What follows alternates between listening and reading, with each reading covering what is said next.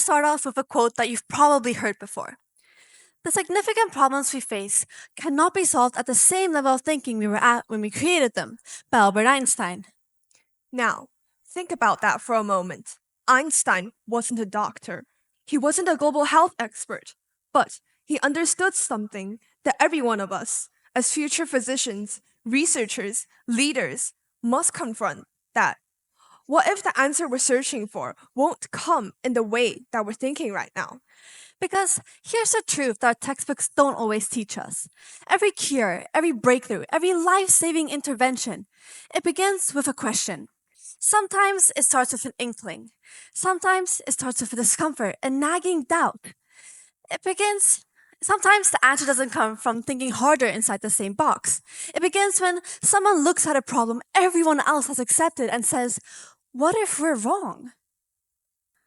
I'm Linda, And I'm Freyja. and we are Year 11 students at YCIS Puxi, Shanghai, and we're here to tell you how a humble little school CCA, medical society, has got us thinking about science, health, leadership, much way bigger and outside of our classroom. For me, this journey is deeply personal. I'm from South Africa, and now I live here in Shanghai. Moving between countries has shown me that health is never just a scientific issue. It's also about access, inequality, and who gets left behind. In one place, the challenge might be cost. In another, it might be distance. In another, it might simply be whether someone asked the right question early enough. So now, I want you to think about a health problem that currently feels unsolved. Antibiotic resistance, mental health stigma across age groups, the next pandemic. Now I want you to think about how many people have looked at these problems and said, that's just the way it is. That's the level of thinking Einstein warned us about. Now, I brought something with me, and you might wonder, what could possibly fit in such a small box? Well, it's a seed.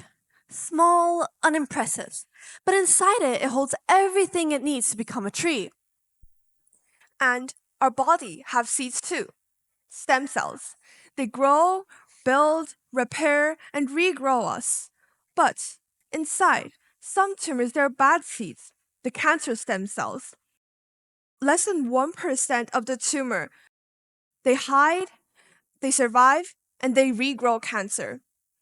For decades, we cut, burn, poison these fast growing cells. But tumors always return. Then someone asked a question: what if we're killing the wrong cells? That led to a discovery in 1997. A team in Toronto found that in leukemia, only a tiny fraction of cells, the cancer stem cells, could actually regenerate the disease. They were the seeds of tumor. And that one question changed the way we think about cancer. And now, researchers are developing therapies that target those seeds directly. Some treatments are already in early clinical trials. But here's what truly inspires us about stem cell research. It's not that science has all the answers. It's that scientists are learning how to ask better questions. Questions that may one day help us target these stem cells directly, protect healthy tissue, and turn our body systems into allies in healing. And we, as tomorrow's scientists, we will be the ones expected to think of these better questions. Because if not us, then who else? AI? And that is not just theory. Stem cells are actually helping researchers to develop new, more precise ways to treat cancer. And some are exploring stem cells as carriers, tiny vehicles that can deliver anti-cancer drugs directly to tumors. And some are taking a different approach. In a first of its kind clinical trial at UCLA, scientists reprogrammed blood forming stem cells so they can generate cancer fighting T cells inside the body. In early results, the engineered cells engrafted produced new immune cells, and in one patient, signs of tumor regression were observed. It's early, but it's not a cure yet. But it's a glimpse of what is possible when we stop asking, what do we know, and start asking, what could we imagine? And that is definitely beyond the laboratory. What starts at one's discovery in the lab does not stay there. It grows outwards. First into hospitals, then into communities, then into nations, and eventually across the world. For us, this is personal. It's really personal. Because through our medical society, it has made us think about the places where medical healthcare is still out of reach. In many rural settings, including parts of South Africa, access to specialized care, medical scanning, and advanced treatments are limited by geography, infrastructure, and resources. So, for us, science isn't abstract, it is personal. It is about asking who benefits from new innovations and who is still waiting.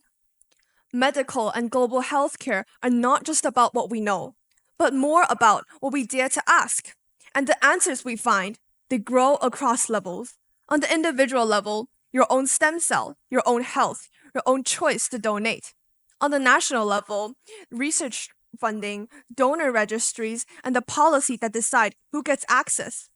But on the global level, the question of whether the therapies that we develop are only available in wealthy countries or everywhere, solutions that we develop are only available for a few, then we didn't really solve the problem.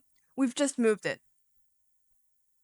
This seed, tiny, it looks like nothing, but with the right soil, with the right care, it becomes a tree.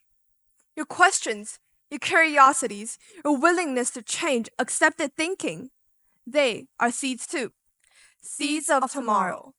We are not here because we have all the answers. We are here because we believe that the people in this room, with your research, your compassion, and your curiosity, will be able to shape the questions that the world has not thought to ask yet.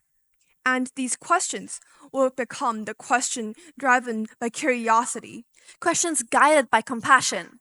They will become the cures, the breakthroughs, The hope that tomorrow desperately needs. Thank Thank you. you.